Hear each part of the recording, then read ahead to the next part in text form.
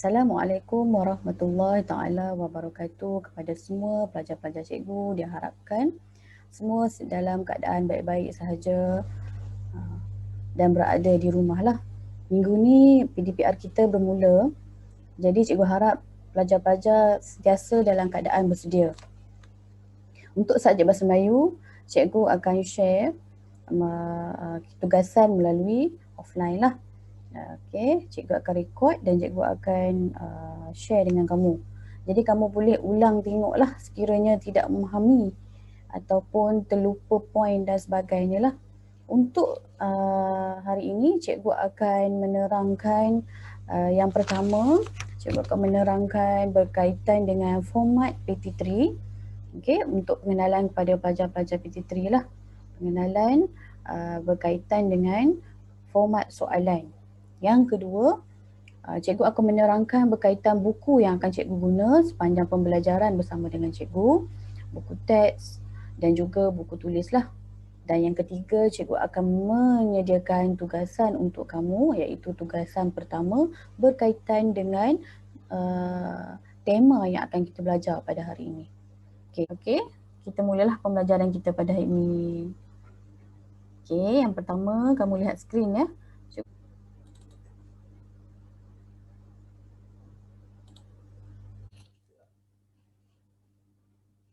Okey, Bahasa Melayu kelas tingkatan 3 bersama dengan Cikgu Julia. Bagi yang tidak mengenali cikgu, panggil saja Cikgu Julia. Okey, hari ini yang pertama, kelas minggu pertama pada tarikh hari ini iaitu 1 hari bulan Februari 2021. Okey, yang pertama cikgu akan menerangkan mengenai format PT3, pengenalan kepada format PT3. Okey. Di sini ada keratan berkaitan dengan format. Okey, format PT3 ini telah dilaksanakan pada tahun 2019. Ya, dah hampir 3 tahun lah. Ya, kamu tahun ketiga lah. Okey, untuk pelajar, perkara penting kamu kena tahu dalam format pentaksiran Bahasa Melayu tingkatan 3 adalah kertas. Kita ada kertas 1, kertas 2. Okey, ini untuk ujian bertulis. Manakala kertas 1 dan juga kertas 2 untuk ujian lisan. Maksudnya di sini ada dua bahagian ya. Okey, kita tengok satu persatu. Untuk kertas 1 ujian bertulis, jenis itemnya adalah objektif aneka pilihan. Ya. Apa maksud objektif aneka pilihan? Soalan objektif lah. Ya, yang ada A, B, C yang kamu boleh pilih itu. Ya, berdasarkan kepada soalan lah. Okay, kemudian objektif berbagai bentuk, ada juga subjektif lah. Kemudian subjektif respon terhad. Okay. Berkaitan dengan instrumen tulis, instrumen bertulis tadi ni lah untuk kertas 1, dia ada pula bahagian dia, iaitu dia ada bahagian A, bahagian B dan juga bahagian C. Okay, kita tengok satu persatu. Bahagian A inilah yang kita katakan tadi soalan bahagian pilihan. Dia ada 20 markah. Soalan ni biasanya bilangannya ada 20 lah. Ya, sistem bahasa ya. Soalan yang akan ditanya berkaitan dengan sistem bahasa dan juga pemahaman teks. Contohlah soalan ni berkaitan dengan tata bahasa lah dan juga pemahaman teks. Bahagian B pula merangkumi soalan sistem bahasa. Okey, di mana bahagian B ni sama ada dia suruh kamu gariskan. Okey. Okey, yang seterusnya soalan 3. Soalan 3 lebih kepada soalan novel. Nanti cikgu akan terangkan untuk tingkatan 3 novel apa yang kamu dah belajar sebelum ni tingkatan 1 dan 2 tu. Itu sebahagiannya lah. Okey, untuk kertas 2. Okey, sebelum ke kertas 2, kita lihat dululah untuk bahagian C. Bahagian C dia ada 2 soalan, kamu kena jawab satu saja soalan. Lebih kepada pembinaan maklumat. Contohnya ulasan, ringkasan ataupun rumusan. Okey, ini adalah jumlah markah lah. Untuk bahagian A 20 markah untuk 20 soalan. Bermaksud satu soalan 1 markah. Bahagian B pula adalah 25 markah dan bahagian C 15 markah. Tempoh masa menjawab adalah 1 jam 30 minit. Okey, kita pergi pula kepada kertas 2. Kertas 2 adalah soalan subjektif. Tak ada soalan pilihan ya. Semuanya soalan subjektif terhad dan juga respon terhad. Okey. Soalan ini lebih kepada penulisan. Okey, kita dua biasanya soalan bahagian karangan. Dia ada 2 bahagian. Bahagian A adalah karangan pendek, manakala bahagian B ialah ada 3 soalan, kamu hanya boleh wajib jawab 1 soalan saja. Okey.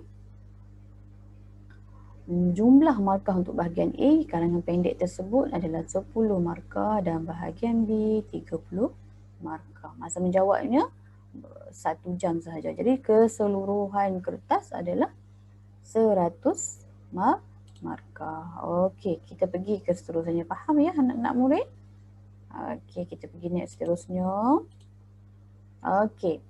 Untuk tingkatan 3, cikgu menggunakan buku teks. Ya, buku teks bahasa Melayu tingkatan 3 yang kamu dah dapat. Okey, bila kita sebut PDPR, sebelum ni tak ada buku online. Sekarang dah ada buku. Kamu boleh klik saja di sini lah. Cikgu dah sediakan dia punya link. Tapi kalau kamu dah ada buku, tak apa, kamu guna buku yang kamu dah dapat tersebut. Dan kita akan ikut tema-tema yang ada dalam buku ni lah untuk pembelajaran kita. Okey. Selain itu, kita akan menggunakan Komsas Novel tingkatan 3 ya, yang bertajuk Justeru Impian di Jaring. Okay. Pelajar boleh baca buku ni. Ya, bila dah baca, mudahlah untuk kita mempelajarinya nanti. Yang seterusnya, kita ada antologi Bintang Hati untuk tingkatan 3 ya. Dalam ni ada semualah prosa tradisional, prosa klasik, ada pantun, ada sajak dan sebagainya lah. Kita seterusnya lagi. Okey, untuk buku latihan, di sini ada beberapa keterangan lah. Untuk subjek cikgu kita ada 4, iaitu karangan, komsas, ringkasan, ulasan, rumusan dan tata bahasa. Okey, untuk karangan cikgu menggunakan 1 buku panjang, untuk komsas cikgu gunakan 1 buku pendek. Ringkasan, ulasan, rumusan duduk sekali ya. Jadi kita guna buku panjang 1 dan juga tata bahasa buku pendek. Jadi cikgu menggunakan 4 buah buku latihan. Okey, next yang seterusnya. Okey, kita dah sampai untuk pembelajaran kita ya. Tadi penerangan pengenalan sahaja. Sekarang kita mulalah dengan tema 1 dalam buku teks kita, iaitu tajuknya Suluh Masa Depan. Apa maksud suluh?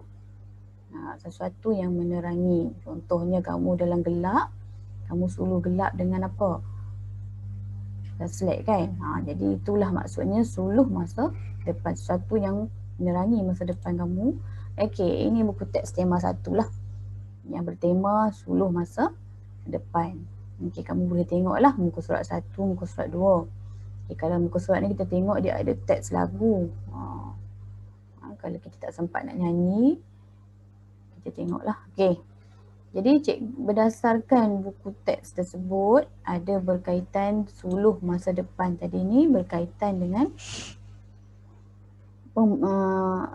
pembelajaran kamu sehingga ke peringkat yang tinggi daripada kamu tingkatan 3 ke mana hala tuju kamu hinggalah kamu belajar ke peringkat yang lebih tinggi. Okey, jadi yang itu untuk pengetahuan kamu sajalah, kamu baca. Dan tugasan yang cikgu nak bagi pada kamu ialah yang tulis azam baharu kamu dalam buku karangan. Azam, apa itu azam? Tekad. Apa itu tekad? Kamu faham betul-betul berkaitan dengan azam baru kamu dalam buku karangan. Cerita tentang azam kamu, kemudian kamu hendak tulis. Perlu menulis karangan tersebut dari 50 hingga 80 patah perkataan sahaja. Okey, sepanjang melakukan tugasan ini kamu boleh bertanya dengan cikgu sepanjang kelas online kita lah. Ya, sekiranya tiada kefahaman ataupun tidak mengetahui bagaimana nak buat, boleh PM dan tanya cikgu lah sebarang masalah ya. Okey, cikgu rasa sampai di sini saja dahulu kelas kita. Jadi pelajar-pelajar yang tidak memahami boleh PM personal dengan cikgu untuk tanya berkaitan dengan tugasan. Okey. Okey, tugasan ini cikgu akan bagi masa kepada kamu sehingga hari Jumaat. Tugasan ini hendaklah dihantar pada hari Jumaat, iaitu pada 5 hari bulan 2 2021. Bagaimana nak hantar? Melalui WhatsApp secara personal. Kalau boleh jangan hantar dalam grup lah, nanti cikgu susah nak semak. Jadi kamu hantar secara personal. Macam mana? Kamu ambil gambar buku karangan kamu yang kamu dah siap tulis, kemudian kamu hantar kepada cikgu pada hari Jumaat. Cikgu harap kamu dapat menyelesaikan tugasan kamu. Okey. Okey, pelajar-pelajar, kita berjumpa lagi ya di lain masa. Sekian, terima kasih. Assalamualaikum warahmatullahi taala wabarakatuh.